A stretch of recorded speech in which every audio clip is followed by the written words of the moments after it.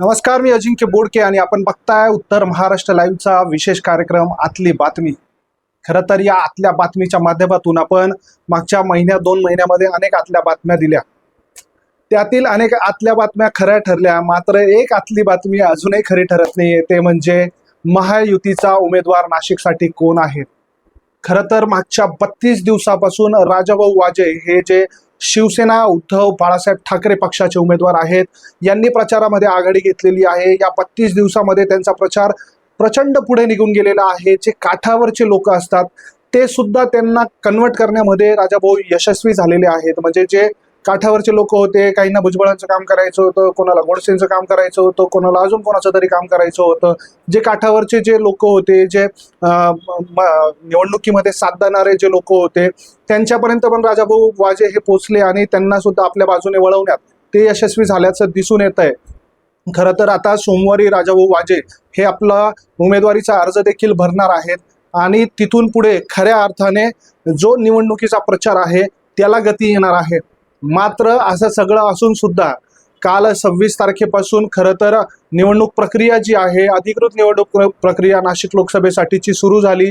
पहिल्याच दिवशी दिंडोरी लोकसभेचे जे पी गावित असतील किंवा मग नाशिकमधून इच्छुक असलेले स्वामी शांतिगिरी महाराज असतील, यांनी उमेदवारी अर्ज दाखल केलेला आहे. त्यांच्यासोबत अनेक लोकांनी देखील उमेदवारी अर्ज घेतलेले आहेत.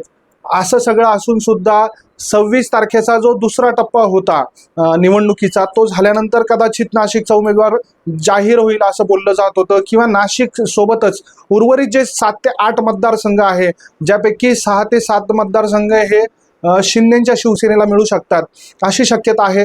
त्यांची उमेदवारी जाहीर होईल असं बोललं जात होतं. मात्र अद्यापही कोणाचीच उमेदवारी जाहीर झालेली नाहीये, कुठलीच उमेदवारी जाहीर झालेली नाहीये.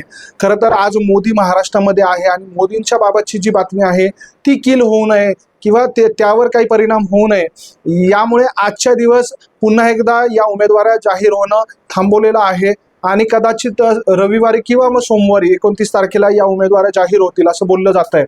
या सगळ्या परिस्थितीमध्ये आज आपण बोलणार आहोत की नेमकं राजाभाऊ वाजे हे प्रचारामध्ये जे पुढे गेलेले आहेत. म्हणजे सुरुवातीला असं बोललं जात होतं, थट्टेने बोललं जात होतं की राजाभाऊ वाजेंना पराभूत कोण करणार, आणि आता असं बोललं जात आहे की महायुतीतून राजाभाऊ वाजे यांना फाईट कोण देणार. एवढा त्यांचा प्रचार पुढे गेलेला आहे, एवढे राजाभाऊ वाजे जे आहेत ते पुढे गेलेले आहेत, पुढे सरकलेले आहेत. मग आता 3 नावं जे आहेत ते प्रामुख्याने शिवसेनेकडून पुढे येत आहेत किंवा एक राष्ट्रवादीकडून नाव पुढे येत आहे. त्यामध्ये पहिलं नाव आहे विद्यमान खासदार हेमंत गोडसे, दुसरं नाव आहे ठाकरे गटाचे माजी जिल्हा प्रमुख विजय करंजकर, तिसरं नाव आहे राष्ट्रवादीचे सिन्नरचे आमदार माणिकराव कुकटे. या 3 नावांची चर्चा होते आहे. या तिघांपैकी कोण नेमकं राजाभाऊ यांना फाईट देऊ शकतं याबाबतच आपण बोलणार आहोत. पहिल्यांदा आपण जाणून घेऊयात की हेमंत गोडसे यांची ताकद काय आहे. हेमंत गोडसे खरं तर मागच्या 10 वर्षापासून, मागच्या 2 टर्म पासून नाशिक लोकसभा मतदारसंघाचे खासदार आहेत. त्यांनी बरीचशी विकास कामं देखील केलेली आहेत आणि सगळ्यात महत्त्वाचं म्हणजे 2009 साली देखील तिरंगी लढतीमध्ये हेमंत गोडसे अवघ्या 20 ते 22 हजार मतांनी समीर भुजबळ यांच्या विरोधात पराभूत झालेले होते. तेव्हा ते मनसेकडून लढत होते.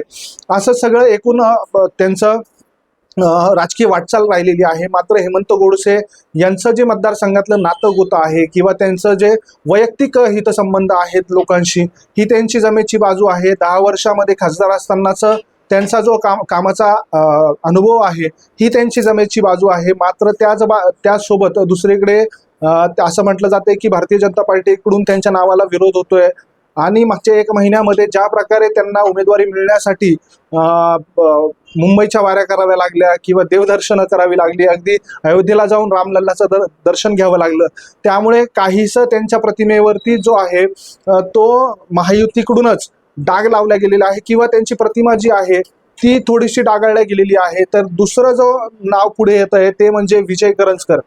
खरं तर विजय करंजकर यांना ठाकरे गटाकडून उमेदवारी मिळेल असं बोललं जात होतं. अगदी संजय राऊत जे उत्तर महाराष्ट्राचे संपर्क प्रमुख आहेत, शिवसेना उद्धव ठाकरेंच्या शिवसेनेमध्ये उद्धव ठाकरे, आदित्य ठाकरे यांच्यानंतर जर महत्त्वाचं नाव कुठलं घेतलं जातं तर ते संजय राऊत आहेत. यांनी स्वतः देखील अनेक वेळा पत्रकार परिषदा असतील किंवा बाईट देताना म्हटलेलं होतं की विजय करंजकर हे आमचे उमेदवार असतील. मात्र ऐन वेळी असं म्हटलं जातं की शरद पवारांनी एक खेळी खेळली जेव्हा भुजबळ यांचं नाव पुढे आलं आणि एक गठ्ठा 70 ते 80 हजार ओबीसी मतदार ज्या मराठा नेत्याच्या मागे आहे अशा राजाभाऊ वाजे यांना उमेदवारी दिली। त्यामुळे विजय करंजकर यांचं नाव मागे पडलं आणि तेव्हाच विजय करंजकर यांनी भीष्मपत्रिका केलेली होती की मी लढणार आणि चांगल्या चांगल्यांना पाडणार देखील।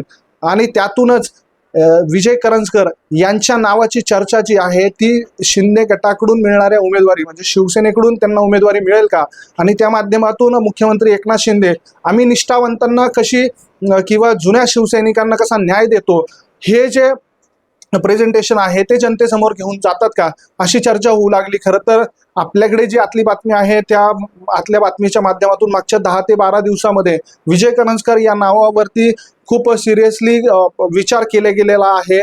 त्यांच्याबाबत जे आहे मुख्यमंत्री एकनाथ शिंदे जे आहेत ते बऱ्यापैकी पॉझिटिव्ह आहेत विजय करंजकर या नावाच्या बाबत।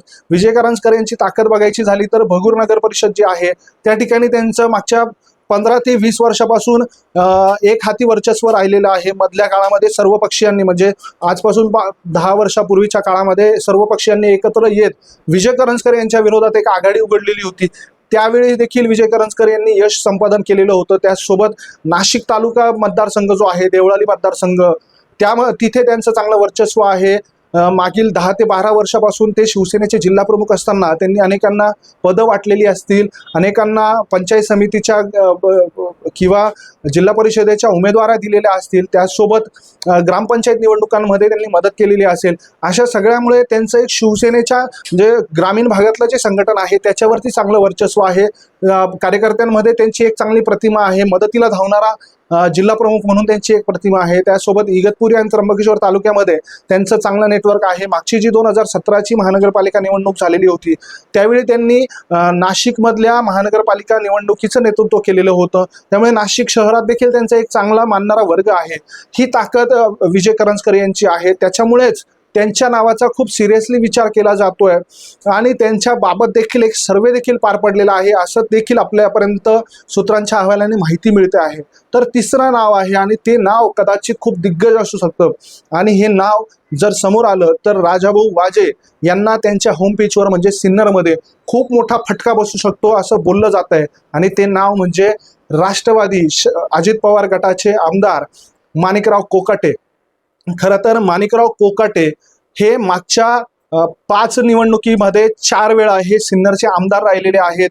2014ला त्यांचा निसटता पराभव राजाभाऊ वाजे यांनी केलेला होता। मात्र एक स्वतःची वोट बँक असलेला तब्बल 90,000 ते 80,000 ते 90,000 अशी स्वतःची वोट बँक असलेला एक फायर ब्रँड मराठा नेता आणि विकसनशील म्हणजे विकासाची कामं करण्यामध्ये अग्रेसर असलेला असा विकास पुरुष अशी प्रतिमा असलेला हा नेता म्हणून नाशिक जिल्ह्याला परिचित आहे। म्हणजे अगदी जेव्हा आघाडी सरकार होतं 2004 ते 2014 या काळामध्ये छगन भुजबळ हे पालकमंत्री नाशिकचे होते त्या काळात सुद्धा छगन भुजबळांना थेट शिंगावर घेण्याची ताकद ही माणिकराव कोकाटे त्यावेळी दाखवत होते। आणि सिन्नर तालुक्यामध्ये त्यांचा एक मानणारा मोठा वर्ग आहे। ज्या पद्धतीने त्यांनी 2019ला पुन्हा एकदा विजय संपादन केला त्यामुळे ते खूप चांगलं नेटवर्क त्यांचं नाशिक मतदारसंघामध्ये देखील म्हणजे इगतपुरी असेल किंवा नाशिक शहरामध्ये देखील असेल इथे देखील त्यांचं कार्यकर्त्यांचं खूप चांगलं स्वतःचं जाळं आहे। आणि सगळ्यात महत्त्वाची गोष्ट म्हणजे अशी 2019ला जी लोकसभा निवडणूक झालेली होती त्या निवडणुकीच्या वेळी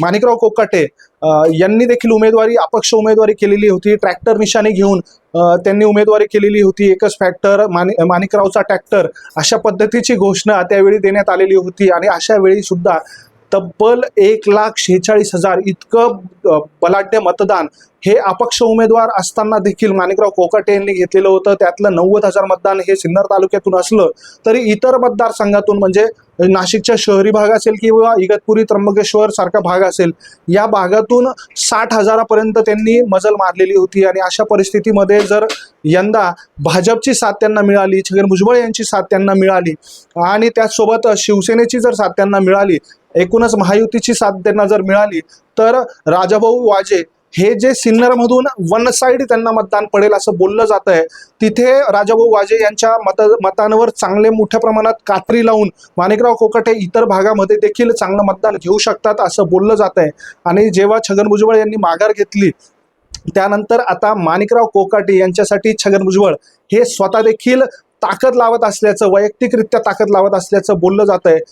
त्यामुळे अजून पुढे काय होतं हे बघणं महत्त्वाचं आहे. मुख्यमंत्री एकनाथ शिंदे यांनी स्वतः संभाजीनगरमध्ये एका पत्रकार परिषदेत सांगितलंय की नाशिकची जागा आमचीच आहे. त्यामुळे आता ही 3 नावं आहेत. या 3 नावांपैकी नक्की राजाभाऊ वाजे यांना फाईट कोण देऊ शकतं, ह्या प्रतिक्रिया आपल्या कमेंट बॉक्समध्ये कळवा. त्यासोबत आमच्या यूट्यूब चॅनलला सबस्क्राईब करायला विसरू नका. इंस्टाग्राम तसेच ट्विटरच्या माध्यमातून देखील आमच्याशी जोडले जा. हा व्हिडिओ जर आपण फेसबुकच्या माध्यमातून बघत असाल तर आमच्या पेजला लाईक आणि फॉलो करायला विसरू नका. धन्यवाद.